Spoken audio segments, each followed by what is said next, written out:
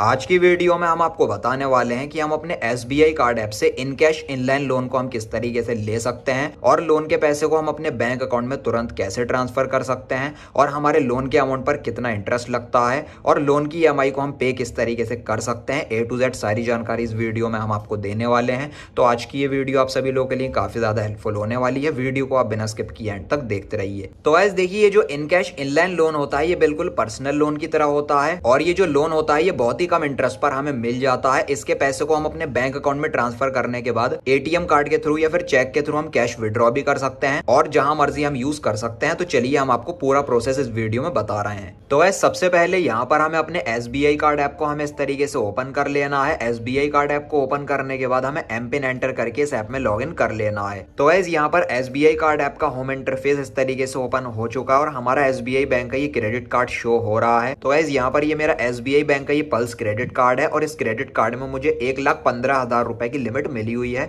तो यहाँ पर हमारे डैशबोर्ड में शो हो रहा है। अब गाइस देखिए, SBI कार्ड ऐप से इन कैश इनलाइन लोन को लेने के लिए नीचे की साइड हमें एक ऑप्शन देखने को मिलेगा EMI एंड मोर का। यहाँ पर हमें इस तरीके से क्लिक कर लेना है और यहाँ पर काफी सारे ऑप्शन हमें देखने को मिल जाएंगे, जैसे कि balance transfer, card upgrade, flexi पे। इसी के साथ साथ हमें यहाँ पर एक ऑप्शन देखने को मिलेगा इन कैश इनलाइन। अगर गाइस हमें पैसों की जरूरत है तो इन कैश इनलाइन ऑप्शन के थ्रू हम यहाँ पर SBI कार्ड ऐप के थ्रू हम लोन ले सकते हैं और हम अपने लोन के पैसे को बहुत ही आसानी के साथ हम अपने बैंक अकाउंट में भी ट्रांसफर कर सकते हैं। तो सिंपल से हमें यहाँ पर इस ऑप्शन पर क्लिक कर लेना है। तो गाइस देखिए, मुझे यहाँ पर 53,312 रुपए का लोन का ऑफर किया जा रहा है। तो गाइस देखिए, आपको जितने रुपए का भी लोन ऑफर किया जा रहा होगा वो आपको इस पेज में देखने को मिल जाएगा, जैसे कि 1 लाख, 1.5 लाख, 2 लाख या फिर 2.5 लाख रुपए। तो गाइस देखिए, जो मेरे लोन की मैक्सिमम लिमिट है वो 53,312 रुपए की है। अगर मैं इससे कम लोन लेना चाहूँ तो मैं कम भी ले सकता हूँ। अगर मुझे कम पैसों की नीड है तो इस अमाउंट को मैं कम भी कर सकता हूँ। हम यहाँ पर मिनिमम 25,000 रुपए से लेकर मैक्सिमम 53,312 रुपए तक का हम लोन ले सकते हैं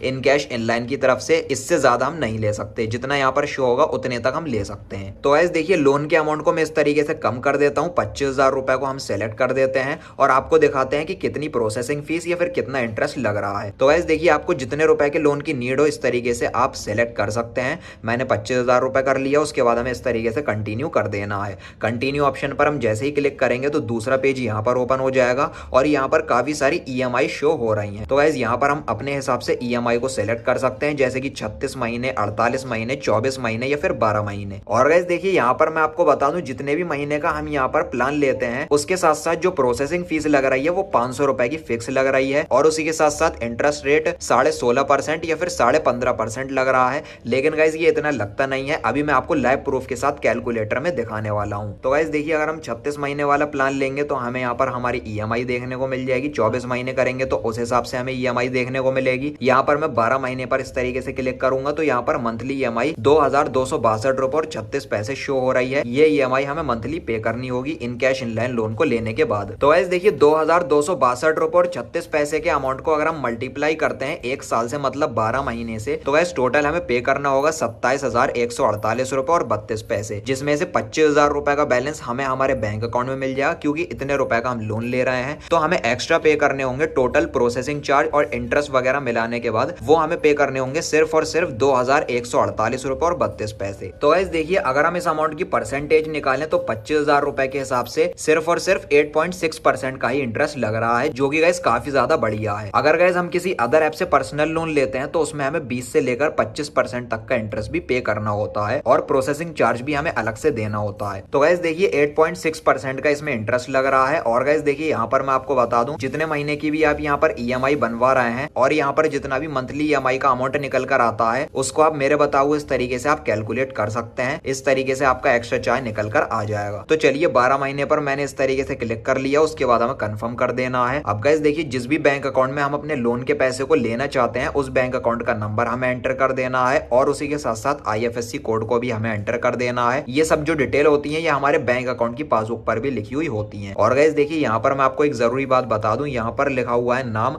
तो जो भी नाम यहाँ पर हमारा शो हो रहा है क्रेडिट कार्ड होल्डर का, उसी नाम से हमारा बैंक अकाउंट होना चाहिए, तभी हमारा जो लोन का पैसा होगा वो बैंक अकाउंट में ट्रांसफर होगा। और गाइस देखिए, जरूरी नहीं SBI बैंक में ही हमारा अकाउंट हो। अगर हमारा किसी अदर बैंक में हमारे नाम से ही अगर हमारा अकाउंट है तो हम उस बैंक में भी अपने पैसे को ट्रांसफर कर सकते हैं। तो गाइस यहाँ पर हमने अपने बैंक अकाउंट की डिटेल्स को फिल कर लिया है। नाम यहाँ पर ऑलरेडी फिल्ड है। हमने अपने बैंक अकाउंट के नंबर को और IFSC IFSC कोड को एंटर कर लिया है और IFSC कोड से ही हमारे ब्रांच के एड्रेस को ये SBI ऐप फाइंड कर लेता है। तो हमारा नीचे की साइड ब्रांच का एड्रेस शो हो रहा है। अब हमें नीचे की साइड कंटिन्यू ऑप्शन पर इस तरीके से क्लिक कर लेना है।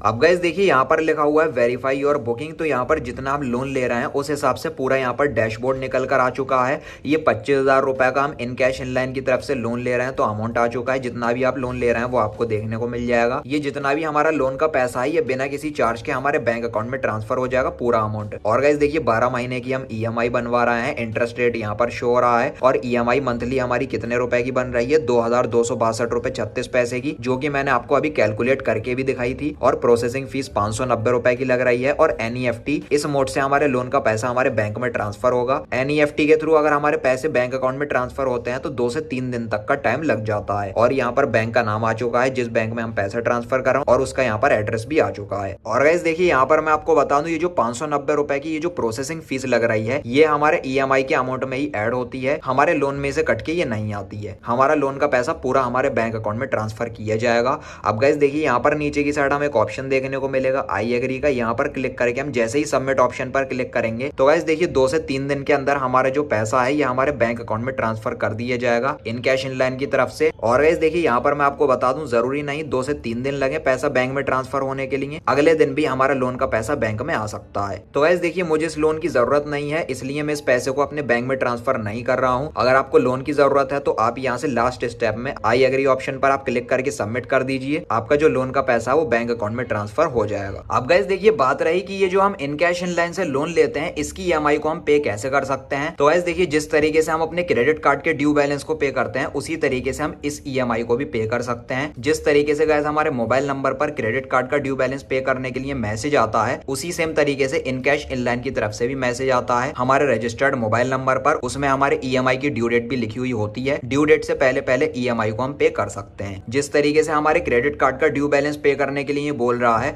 उसी सेम तरीके से SBI कार्ड ऐप के थ्रू इन कैश इनलाइन की EMI को भी हम पे कर सकते हैं। तो बस गाइस यही थी आज की वीडियो। इसी तरीके से आप भी बड़ी आसानी से मेरे बताए हुए इस तरीके से SBI कार्ड ऐप की तरफ से इन कैश इनलाइन लोन आप ले सकते हैं और उसको आप अपने बैंक अकाउंट में भी ट्रांसफर कर सकते हैं। तो गाइस अगर आपको ये वीडियो पसंद आए हो तो लाइक और शेयर कर देना और चैनल को सब्सक्राइब करके बेल नोटिफिकेशन पर आप जरूर क्लिक कर लेना। Thank you.